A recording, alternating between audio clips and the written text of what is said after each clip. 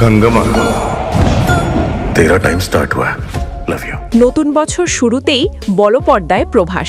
সমালোচকরা বলছেন গড়পড়তা সিনেমা, কিন্তু box office বলছে সুপারহিট শুরু। तुम्हारी दादी वैसी साधारण महिला नहीं है, गंगा देवी। তাহলে আসলে দ্য রাজা সাব হিট না ফ্লপ? দক্ষিণী সিনেমার সুপারস্টার প্রভাসের নতুন ছবি দ্য রাজা সাব ফ্যান্টাসি হরর কমেডি ঘরানার সিনেমা, যা মুক্তি পেয়েছে ৯ জানুয়ারি। সিনেমাটি একযোগে তেলেগু, তামিল, কন্নড়, মালায়ালাম ও হিন্দি ভাষায় প্রায় ৩,২০০ প্রেক্ষাগৃহে মুক্তি পেয়েছে। মুক্তির পরপরই সিনেমাটি মুখোমুখি হয় কড়া সমালোচনার। ডেকেন ক্রনিকল দিয়েছে ৫-২, হালকা গল্প, সেকেলে কৌতুক ও দুর্বল নির্মাণ। দ্য স্টেটসম্যান হিপনোটিজম থিমে এলোমেলো ভাবনার জোড়াতালি। ইন্ডিয়ান এক্সপ্রেস শক্তিশালী আইডিয়া থাকলেও ঠিকভাবে কাজে লাগানো হয়নি। এনডিটিভি এক কথায় রাজকীয় জগাখিচুড়ি। তবে একটা জায়গায় সবাই একমত, প্রভাসের অভিনয় ছিল প্রশংসনীয়। সমালোচনা যাই হোক, বক্স অফিসে কিন্তু দ্য রাজা সাব দাপট দেখাচ্ছে। প্রথম দিন ৫৪ কোটি রুপি নিট, দ্বিতীয় দিন ২৫ কোটি রুপি নিট। ভারতে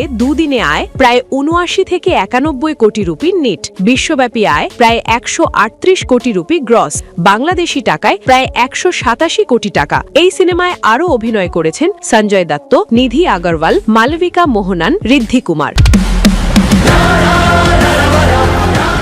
সিনেমার বাজেট প্রায় ৪০০ কোটি রুপি। মুক্তির আগেই সত্ত্ব বিক্রি করে আয় ২৬০ কোটি রুপি। সমালোচকদের চোখে দ্য রাজা সাব হয়তো দুর্বল, কিন্তু প্রভাসের স্টার পাওয়ারে বক্স অফিসে সিনেমাটি এখনো রাজত্ব করছে। এখন দেখার বিষয়, এই গতি কি ধরে রাখতে পারবে দ্য রাজা সাব, নাকি সমালোচনার চাপেই থেমে যাবে।